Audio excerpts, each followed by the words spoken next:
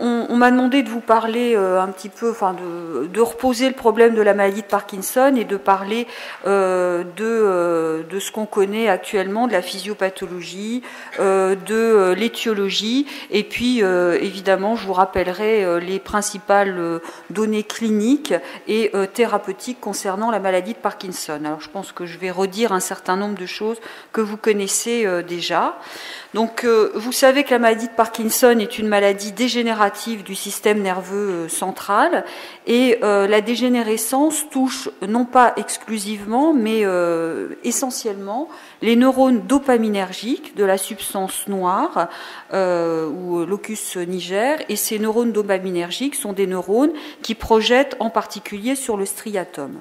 Donc, vous avez illustré sur cette diapositive donc une coupe de mésencéphale d'un sujet normal, et vous voyez donc là la substance noire dont la couleur est donnée par les grains de mélanine qui existent au niveau des neurones dopaminergiques, et ici la même coupe chez un sujet atteint de maladie de Parkinson, et où vous voyez que la couleur noire a disparu parce qu'il y a une dégénérescence des neurones dopaminergiques de cette région. Alors la lésion caractéristique de la maladie de Parkinson, c'est le corps de Lévy qui est illustré ici, qui existe au niveau des neurones dopaminergiques qui sont en dégénérescence, et ces corps de Lévy sont constitués essentiellement d'alpha-synucléine et d'ubiquitine. Alors, la maladie de Parkinson est une maladie qui n'est pas exceptionnelle et dont la prévalence, vous le savez, augmente avec l'âge. Donc la prévalence est d'environ 1 à 2 pour 1000 habitants, et cette prévalence augmente avec l'âge puisqu'elle est d'environ 3% après 80 ans. Mais ça n'est pas une maladie qui concerne uniquement le sujet âgé. Vous savez qu'il existe des formes juvéniles de cette maladie, et nous on voit régulièrement des patients qui débutent la maladie entre 40 et 50 ans, et de manière plus exceptionnelle, mais ça existe. Il y a des patients qui développent leur maladie avant 40 ans et même avant 30 ans. Donc une maladie dont la prévalence augmente avec l'âge, mais qui ne concerne pas que les sujets âgés. En ce qui concerne le sexe ratio, vous voyez qu'il est de environ 1,5 en défaveur des hommes, c'est-à-dire que la maladie est plus fréquente chez les hommes que chez les femmes. Sur le plan étiologique, on ne connaît pas exactement la cause de la maladie de Parkinson, mais on pense qu'il existe l'association de facteurs génétiques et de facteurs environnementaux. Alors, en ce qui concerne les facteurs génétiques, moins de 10% des formes, des maladies de Parkinson sont des formes héréditaires, c'est-à-dire héréditaires que l'on peut classer sous un mode autosomique dominant ou autosomique récessif. Néanmoins, même lorsqu'il n'existe pas de manière évidente ce mode de transmission, on retrouve souvent dans les antécédents familiaux des patients atteints de maladie de Parkinson quelqu'un, même si c'est pas un ascendant ou un descendant de première génération, qui peut être atteint de la maladie. Donc on pense qu'il existe un terrain génétique prédisposant pour cette maladie. Alors vous voyez sur cette diapositive, je ne sais pas si vous voyez parce que moi je le vois en très petit derrière vous, qu'il existe un certain nombre de gènes qui ont été individualisés dans les formes familiales de maladie de Parkinson. Alors certaines autosomiques dominants, donc en vert, et d'autres autosomiques récessives. Alors je ne vais pas passer en détail tous ces gènes. Ce que je veux dire, c'est que la découverte de ces gènes, donc dans ces formes familiales, a permis donc de mettre en évidence des protéines qu'on ne connaissait pas impliquées dans cette maladie, et permet petit à petit d'essayer de mieux comprendre les mécanismes physiopathologiques qui interviennent dans la mort neuronale ou dans la dégénérescence neuronale qui existe dans cette maladie. Alors le premier exemple, c'est l'alpha-synucléine. Donc je vous ai dit que l'alpha-synucléine est le constituant principal des corps de Lévy. Bien ça, on ne le savait pas jusqu'à ce qu'on mette en évidence le gène de l'alpha-synucléine dans une famille, une grande famille de patients atteints de maladie de Parkinson, qui était une famille d'origine grecque et italienne. Donc on a mis en évidence un gène. On a dit pourquoi code ce gène, il code pour une protéine. l'alpha-synucléine, qu'est-ce que c'est que cette protéine, à quoi elle sert. On a fabriqué des anticorps dirigés contre cette protéine, on a regardé où il se fixait au niveau du cerveau, et on s'est aperçu que c'était un constituant des corps de Lewis qu'on ne savait pas jusque-là. Un autre gène qui est intéressant, c'est le gène de la parkine, vous voyez, qui est un gène qui est impliqué dans les formes juvéniles de maladie de Parkinson essentiellement. La plupart des patients qui sont porteurs de cette mutation développent leur maladie avant 40 ans et même avant 30 ans.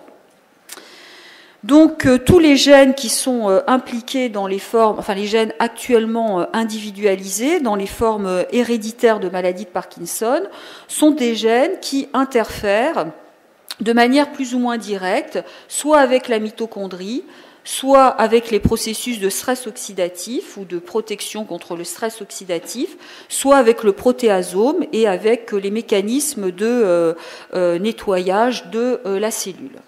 Donc voilà, donc cette diapositive l'illustre, je ne rentre pas dans les détails, mais donc un point important, c'est que il est toujours intéressant donc d'étudier les formes héréditaires de maladies de Parkinson, qu'on connaisse ou qu'on connaisse pas les gènes, parce que on va pouvoir mettre en évidence les gènes et on va pouvoir comme ça avancer dans la compréhension physiopathologique. Donc si vous avez des familles dans lesquelles il y a une maladie de Parkinson, c'est toujours intéressant de les envoyer à un centre qui s'occupe, enfin qui peut faire des prélèvements, parce que en recherche, ça a un intérêt très important. Alors, je vous ai parlé des facteurs génétiques, je vous ai dit qu'il existait également des facteurs environnementaux qui interviennent probablement dans la survenue de la maladie de Parkinson. Alors, le premier exemple d'implication des facteurs environnementaux, ça a été l'épidémie, épidémie entre guillemets, de syndrome parkinsonien, d'équivalent de maladie de Parkinson, qui s'était développé il y a une quinzaine d'années chez les toxicomanes, des jeunes toxicomanes de la côte ouest des États-Unis, qui en fait utilisaient comme toxique, enfin pour se droguer, c'était un produit expérimental, une héroïne expérimentale, c'était pas de l'héroïne, mais un produit dont la formule chimique correspond au MPTP. Et donc on s'est aperçu que ce produit avait une toxicité et que chez l'homme et chez l'animal, il était susceptible de provoquer des syndromes parkinsoniens avec une dégénérescence des neurones dopaminergiques de la substance noire. Donc c'était le premier exemple de toxicité de produits toxiques qui entraînaient effectivement un syndrome parkinsonien. D'autres produits depuis ont été impliqués, en particulier le paraquat, qui est un insecticide qui était utilisé au Canada et dans des grandes régions agricoles où on a trouvé que il y avait plus de maladies de Parkinson que dans les populations normales.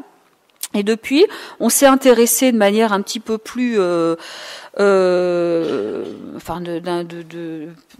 manière plus stricte à l'effet toxique éventuellement des insecticides ou des pesticides, et on a retrouvé qu'il pouvait y avoir une corrélation entre l'utilisation professionnelle de certains insecticides organochlorés et la survenue d'une maladie de Parkinson. Donc il y a des travaux qui ont été faits à partir des caisses de patients, de caisses agricoles, et qui ont permis, par des études épidémiologiques, de mettre ce genre de choses en évidence. Alors où agissent ces toxiques ? Oui, donc ces toxiques agissent, certains en tout cas, agissent au niveau de la mitochondrie également, et notamment au niveau du complexe 1 de la chaîne respiratoire mitochondriale. Donc vous voyez que la mitochondrie revient à différents moments dans probablement les mécanismes qui sont à l'origine de la mort neuronale ou de la dégénérescence neuronale dans la maladie de Parkinson. Alors on parle de toxiques néfastes, mais vous savez on dit toujours que le tabac pourrait éventuellement avoir un rôle protecteur et que beaucoup de Parkinsoniens n'ont jamais fumé. Alors je n'irai pas jusqu'à dire que le tabac a un rôle protecteur. On constate néanmoins qu'il y aurait une réduction du risque de 40% de développer une maladie de Parkinson chez les fumeurs. Alors, est-ce que c'est un effet protecteur du tabac, ou bien est-ce que les patients qui n'ont jamais fumé est-ce que ça correspond à un état prémorbide, pas une anomalie, mais enfin un terrain génétique qui fait que ces patients n'ont jamais eu envie de fumer et leur terrain génétique, par ailleurs, les prédispose éventuellement à la maladie de Parkinson. On ne sait pas très bien pour l'instant. En tout cas, c'est une constatation dans notre pratique quotidienne. Alors, la maladie de Parkinson,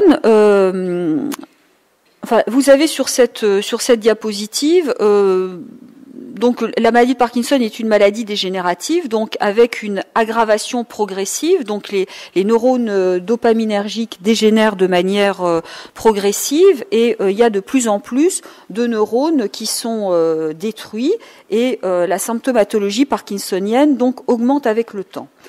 Vous voyez sur cette diapositive que, en fait, la dégénérescence neuronale débute avant que les symptômes moteurs n'apparaissent, puisqu'il faut quand même qu'il y ait un certain pourcentage de neurones dopaminergiques qui soient détruits pour que les signes moteurs apparaissent. On pense qu'avant que les signes moteurs n'apparaissent, il existe toute une période qu'on appelait autrefois la période présymptomatique, puisqu'il n'y avait pas encore de signes moteurs, mais on a mis en évidence, là, depuis quelques années, un certain nombre de symptômes qui sont ce que l'on appelle des symptômes prémoteurs, et qui précèdent finalement la survenue des signes parkinsoniens, qui pourraient être finalement annonciateur de la survenue d'une maladie de Parkinson. Alors, parmi ces signes prémoteurs, on connaît bien la dépression. On sait depuis longtemps qu'un syndrome dépressif peut précéder la survenue d'une maladie de Parkinson. Vous avez entendu parler aussi depuis plusieurs années des troubles olfactifs. On sait qu'il peut y avoir une anosmie ou une modification de l'odorat dans les années qui précèdent la survenue de la maladie de Parkinson, mais également d'autres maladies dégénératives. Et puis, vous voyez sur cette diapositive les résultats d'une méta-analyse de plusieurs études de cohortes. Donc c'est des études prospectives qui ont été faites sur des cohortes et qui ont mis en évidence un certain nombre de signes prémoteurs éventuels de la maladie de Parkinson. La constipation, donc qui pourrait précéder la survenue de la maladie de Parkinson des signes moteurs de la maladie de Parkinson de 10 à 20 ans. L'anxiété, également, qui pourrait précéder la survenue de la maladie d'une vingtaine d'années. Et les troubles du comportement du sommeil paradoxal qui précèdent la maladie d'une quinzaine d'années. Alors, aucun de ces signes n'est un signe spécifique, parce que tout patient constipé ne va pas développer une maladie de Parkinson, tout patient anxieux non plus, et les troubles du comportement du sommeil paradoxal ne sont pas non plus spécifiques de la maladie de Parkinson. Ils peuvent se voir ou précéder la survenue d'autres maladies neurodégénératives, en particulier l'atrophie multisystématisée. Alors, je voulais vous montrer un exemple de trouble du comportement du sommeil paradoxal. Je ne sais pas si vous voyez quelque chose. On voit ? Donc, vous savez, ces troubles du comportement du sommeil paradoxal, ce sont des états finalement d'agitation motrice au cours de la nuit.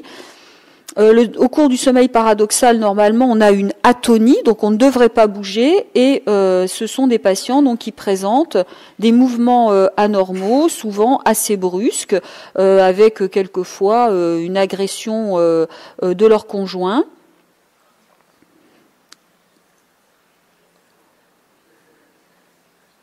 Voilà, je pense que, la vidéo se poursuit, mais je pense que vous avez pu voir quelques mouvements. Alors, en ce qui concerne la maladie de Parkinson, je vais quand même dire un mot des signes cliniques de cette maladie, donc qui sont illustrés par cette vidéo. Donc, vous savez qu'il existe une triade caractéristique de cette maladie, où on n'est pas obligé d'avoir les 3 signes de la triade. Donc, un tremblement de repos que vous avez vu au début de la vidéo. Une akinésie qui correspond à une diminution de la vitesse et de l'amplitude des mouvements, et que l'on peut tester en faisant réaliser au